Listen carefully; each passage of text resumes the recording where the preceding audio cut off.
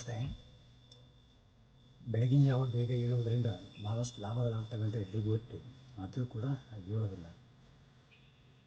ಲಾಭಗಳಾಗ್ತವೆ ಅಂತ ಗೊತ್ತು, ಬೇಗ ಏಳೋದಿಲ್ಲ. ಆದರೆ ಅದರ ನಷ್ಟಗಳ ಬಗ್ಗೆ ತಿಳ್ಕೊಳ್ಳೋಣ.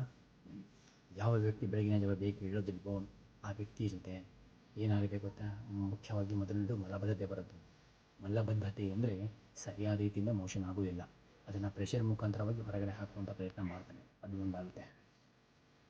ಈ ಮಲಬದ್ಧತೆಯೇ ಸರ್ವ ರೋಗಗಳ ತಾಯಿ ಅಂತ ಕರೀತಾರೆ. ನಿಮ್ಗೆ ಎಲ್ಲ ರೀತಿಯಿಂದ ರೋಗಗಳು ಬಹಳಷ್ಟು ಸುಲಭವಾಗಿ ಬರ್ತವೆ ಮಲಬದ್ಧತೆಯಿಂದಲೇ ಅಲ್ವಾ?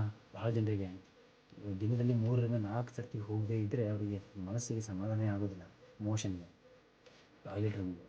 ಅದಕ್ಕೋಸ್ಕರ ನೀವೇನಾದರೂ ಬೆಳಗಿನ ಜಾವ ಏಳೋಕ್ಕೆ ಪ್ರಾರಂಭ ಮಾಡಿದ್ರಿ ಅಂತಂದರೆ ನಿಮಗೆ ಬಹಳಷ್ಟು ಲಾಭಗಳಾಗ್ತಾ ಹೋಗ್ತವೆ.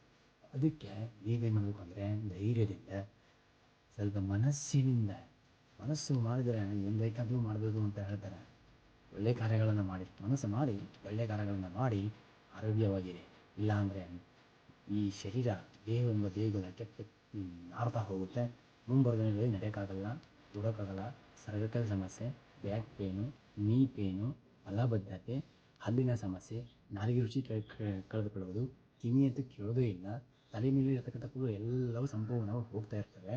ಹಾಗೆ ನೀವು ಕೂಡ ನರಕ ಯಾತನೆಯನ್ನು ಮಾಡ್ತಾ ಹೋಗ್ತೀರ. ಅದಕ್ಕೆ ಶಾಸ್ತ್ರದಲ್ಲಿ ಬ್ರಹ್ಮ ಮುಹೂರ್ತದಲ್ಲಿ ಎದ್ದು ನಿಮ್ಮ ಕೆಲಸ ಕಾರ್ಯಗಳನ್ನು ಸರಿಯಾದ ರೀತಿಯಿಂದ ಮಾಡಿ ಅಂತ ಹೇಳಿದ್ದಾರೆ ಹೊರತು ನೀವು 8 ಗಂಟೆಗಳ ಕಾಲ ಮಲ್ಕೊಳ್ಳಿ ಅಂತ ಅಲ್ಲಿ ಹೇಳಿಲ್ಲ.